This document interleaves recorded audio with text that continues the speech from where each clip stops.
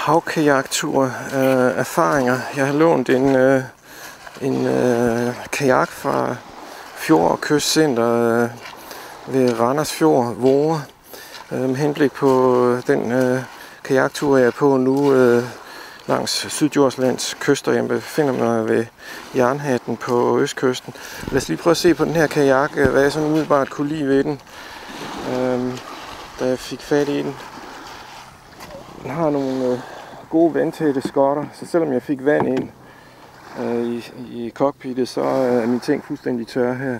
Og det, der også betyder noget, det er, at de her skotter i praksis er vandtætte. Jeg kan se, at de er tætnet med noget silikonegummi. Det er ganske vigtigt. Jeg har taget et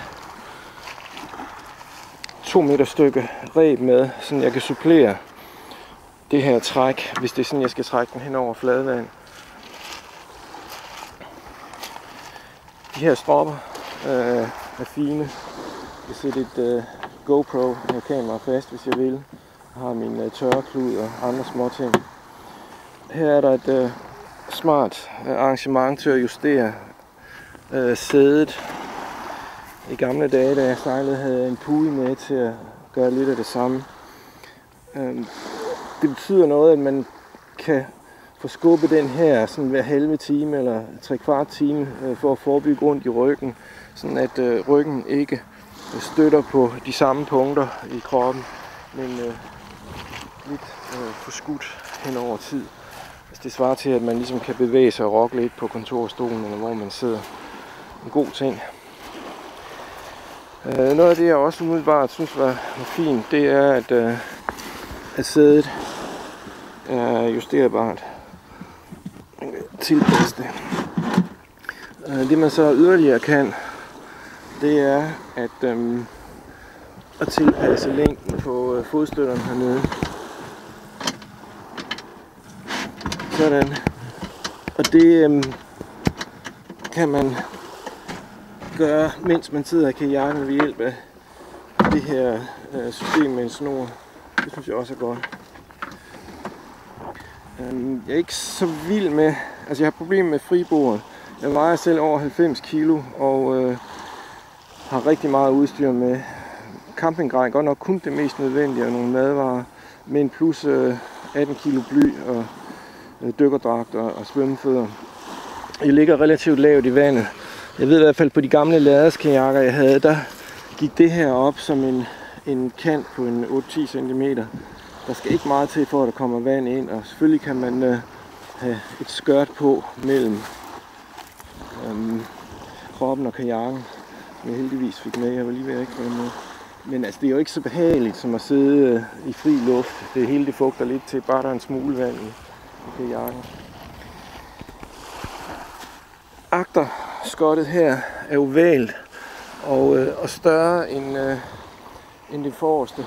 Og det er vældig godt, når man skal have lange ting ned, såsom lange svømmefødder eller en lang soveposepose. En god detalje i stedet for et cirkelrundt hul, så en oval, hvor man kan skyde ting ned den her vej.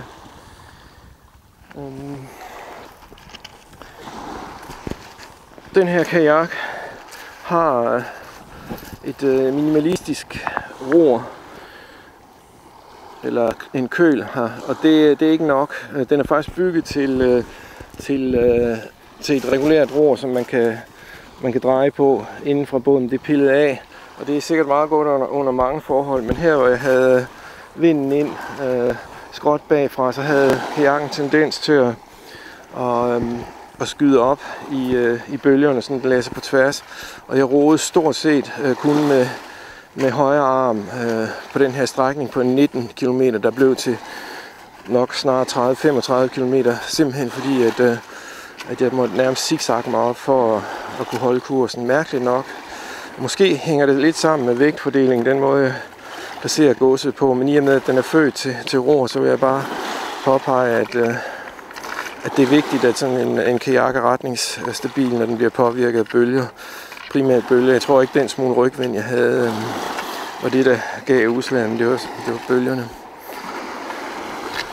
Det var sådan de umiddelbare erfaringer med den her kajak. Det jeg også vil sige, det er, at jeg personligt til enhver tid foretrækker kajakker af polypropylen i stedet for glasfiberkajakker, fordi de er robuste i forhold til at hive dem op på stranden, uden der går for mange riser i. Det er et mere gummiagtigt materiale, der har nogle af de samme sejhedsegenskaber, som bildæk har.